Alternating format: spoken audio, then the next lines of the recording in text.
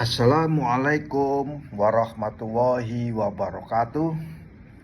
Sahabatku semua, para pemilik kapal, para operator kapal, ya, para owner surveyor atau para marine superintendent,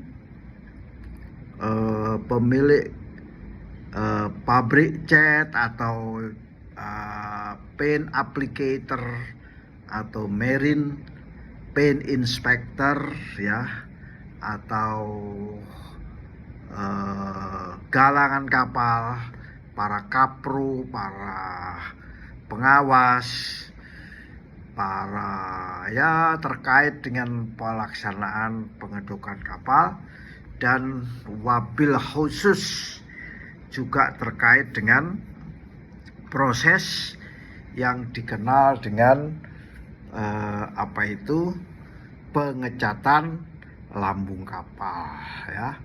Tujuan daripada pengecatan yaitu untuk menutup lambung kapal dari korosi, ya, dari air laut, melindungi kapal dari tumbuhan-tumbuhan laut, ya, melindungi kapal dari oksidasi, dan juga membuat kapal cantik, lebih cantik, ya, lebih cantik gitu. Kawan-kawan semua, kali ini saya akan berbagi sharing tentang buku yang praktis, ya, buku praktis atau petunjuk praktis pengecatan lambung kapal bagi para pemilik, ya, termasuk operatornya atau marine surveyor atau owner surveyor, kemudian orang yang ada di atas kapal, biasanya ABK, ya, mulai kapten, kru kapal, perwira, dan juga bagi pihak-pihak yang terkait dengan pengecatan kapal. Buku petunjuk ini ya minimal sebagai pegangan, sebagai bacaan lah, ya, kalau bukan petunjuk, ya, bacaan sajalah buku ini. Anggaplah sebagai buku bacaan sambil kita melakukan pengedokan dan mempersiapkan untuk melakukan pengecatan. Sahabatku yang saya banggakan, berbicara tentang pengecatan pasti akan berbicara berapa biaya pengecatannya, mahal atau murah, ya, itu tergantung daripada kita, ya. Kita memilih cat yang bagaimana, ya, itu tergantung kita. Namun secara operation bisa dihitung apa itu namanya indirect operational cost dan direct operational cost. Di dalam buku ini dijelaskan, ya, dijelaskan semuanya. Kemudian di dalam buku ini pula kita dijelaskan mengenai kekasaran permukaan lambung kapal, ya, kekasaran permukaan lambung kapal, baik itu kekasaran karena fisik maupun kekasaran karena biologis, ya, adanya tumbuhan, binatang, dan lain sebagainya. Yang kita hindari adalah yang kekasaran karena adanya binatang atau tumbuhan, ya, itu kita hindari. Sehingga pada saat kita melakukan pengecatan pasti ada persiapan permukaan, dilakukan sandblasting, ya, atau dilakukan sweep blasting, atau dilakukan hydroblasting, dan lain sebagainya. Jenis-jenis daripada tindakan persiapan permukaan itu akan dijelaskan di sini, ya. tidak saja pembersihan dengan menggunakan blasting, spot blasting, sweep blasting, tapi juga ada pembersihan lambung yang lainnya ya. Apa tindakan-tindakan yang harus dilakukan sebelum melakukan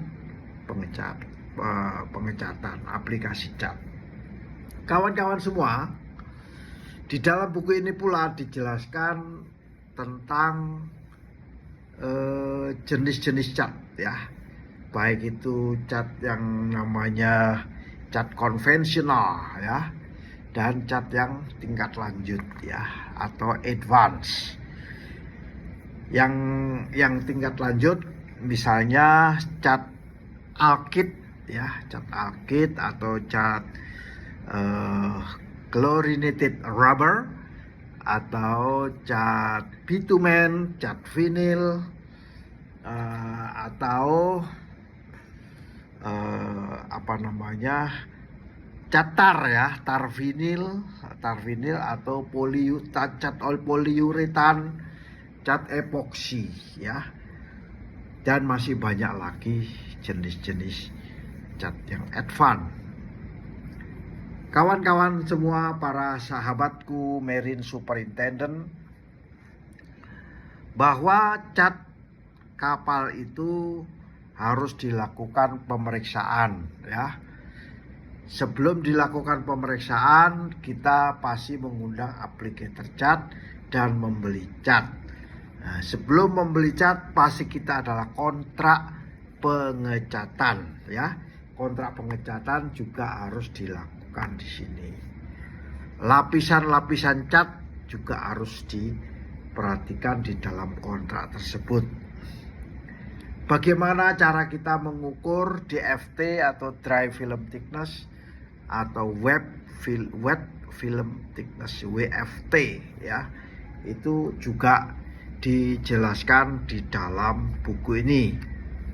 Siapa yang melakukan aplikasi cat, siapa yang melakukan pemeriksaan, siapa inspektur cat, itu ada juga dijelaskan di sini. Kapan kita tidak boleh mengecat konstruksi lambung kapal, kapan penyimpanan cat itu dilakukan, di mana penyimpanan dilakukan, bagaimana penyimpanan catatan pengecatan, dan bagaimana pemilik kapal memiliki kiat ya, kiat-kiat yang perlu diperhatikan oleh baik pemilik kapal maupun owner surveyor atau marine superintendent ya. Silakan bagi kawan-kawan yang ingin berminat bisa menghubungi admin yang ada di dalam description daripada tayangan ini ya. Semoga bermanfaat bagi kita semua. Wassalamualaikum warahmatullahi wabarakatuh.